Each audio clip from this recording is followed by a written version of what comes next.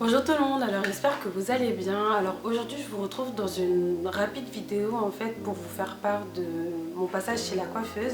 Donc comme vous pouvez le voir, j'ai pas mes extensions aujourd'hui, j'ai mes cheveux naturels. Donc pour celles qui ne le savent pas, j'ai les cheveux crépus et je les lisse, donc j'ai arrêté de faire le défrisage. Ça va faire 2-3 ans que je ne défrise plus mes cheveux, donc voilà, mes cheveux sont 100% naturels, mais je continue toujours à faire des brushings, etc. Donc là je suis allée chez la coiffeuse pour qu'elle me fasse un brushing et pour qu'elle me coupe les pointes, étant donné que ça faisait maintenant 1 an que je ne les avais pas coupées. Et quand je suis allée la voir, elle m'a dit que mes cheveux étaient en bonne santé, qu'ils n'étaient pas cassés du tout et que voilà, là elle m'a coupé 5 mm juste pour que mes cheveux ne se cassent pas trop, etc. Et elle m'a dit que, et encore elle avait coupé mes pointes parce que, étant donné que j'ai fait une couleur, c'est vraiment juste mes pointes sèches dues à la couleur.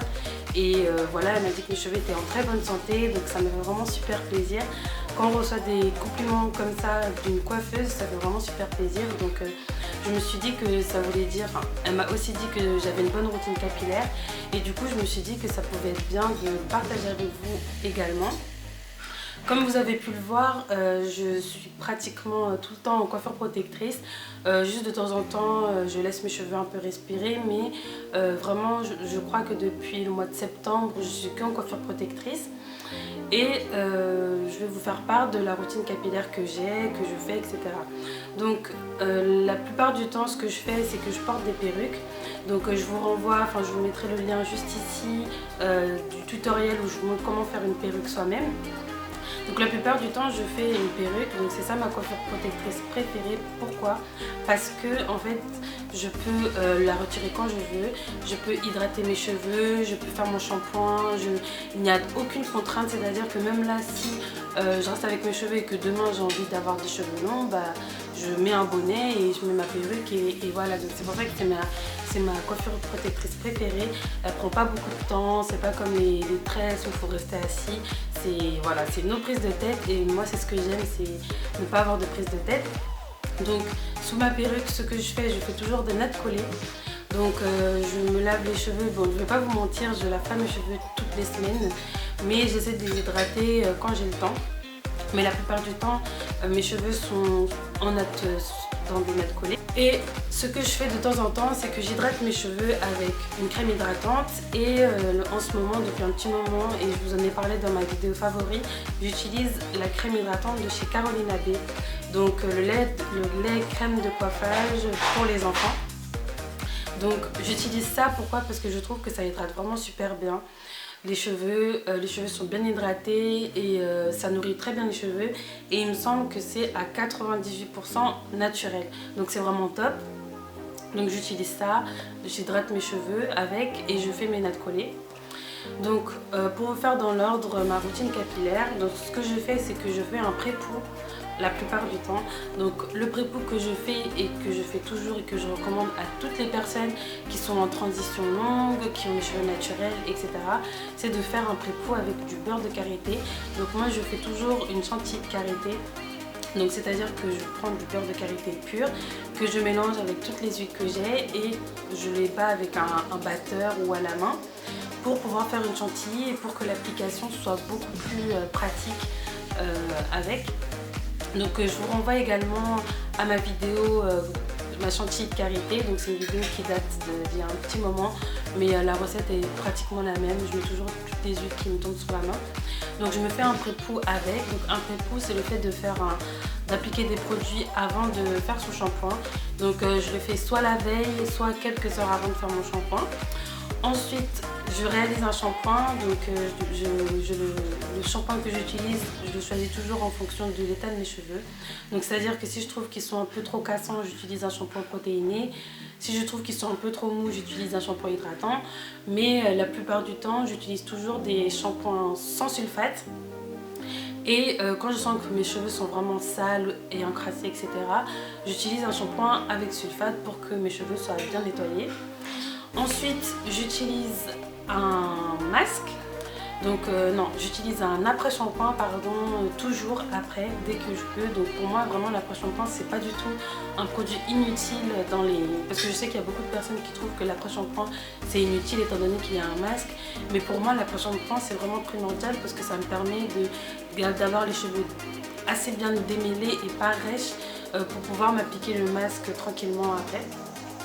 Donc ensuite je m'applique un masque. En ce moment j'utilise le masque de chez Phyto Paris. Donc c'est le masque d'exception à la phytokératine qui se présente comme ceci. Et c'est vraiment un masque qui est vraiment top. Donc il y a un peu de kératine à l'intérieur. Étant donné que j'ai fait pas un lissage brésilien mais un lissage Keracoco qui est en fait un soin thermolissant enrichi à l'huile de coco.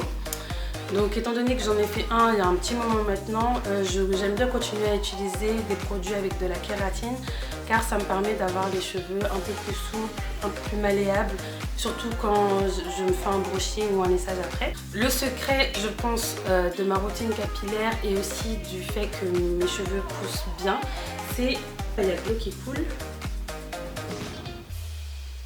Donc c'est un casque à vapeur, donc vraiment depuis que je l'ai acheté j'ai vraiment vu une grosse différence sur mes cheveux et vraiment à chaque fois que je fais des soins j'utilise toujours ce casque à vapeur car le produit va beaucoup mieux pénétrer dans les cheveux, donc que ce soit un masque qui coûte cher, que ce soit un masque qui coûte pas cher ou même des soins naturels, c'est-à-dire de l'huile, des huiles essentielles, etc.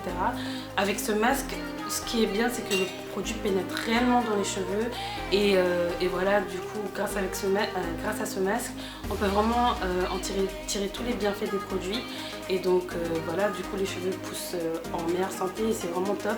Et je pense vraiment que mes cheveux n'ont pas trop souffert par rapport à ma coloration grâce à ce masque, étant donné que tous les produits que j'appliquais pénétraient bien dans mes cheveux. Et donc voilà, donc comme vous pouvez le voir, j'ai une grosse démarcation. J'ai ma coloration là et là c'est mes cheveux naturels. J'ai pas vraiment envie de refaire de coloration.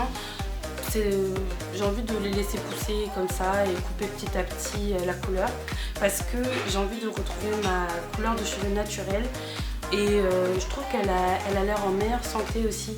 Elle est beaucoup plus brillante que la partie qui a été colorée. Bon, je vais sûrement recraquer mais pour l'instant j'ai pas envie de faire de couleur donc ça reste comme ça, donc c'était la petite parenthèse. Donc après le masque, je laisse toujours mes cheveux sécher à l'air libre et quand ils sont à peu près humides à peut-être 20-30%, là je fais mon brushing. Donc d'abord je fais un brushing avec une brosse ronde et après je lisse ou pas, ça dépend si je veux lâcher mes cheveux ou pas. Et je n'hydrate pas mes cheveux tout de suite, j'hydrate mes cheveux le lendemain ou le surlendemain, ça dépend. Et j'utilise la crème hydratante que je vous ai montré avec une huile pour sceller et je refais mes nattes collées, je mets mon bonnet et ma perruque et voilà.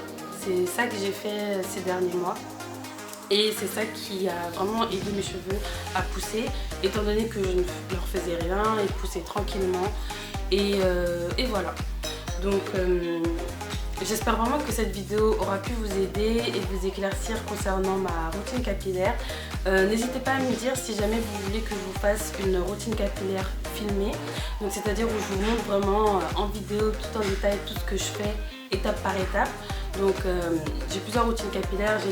J'ai une routine capillaire lorsque je porte une perruque. Bon là maintenant, vu qu'on va commencer à être en été, je vais commencer à reporter mes cheveux. Donc j'ai une routine capillaire qui est légèrement différente lorsque je porte mes cheveux.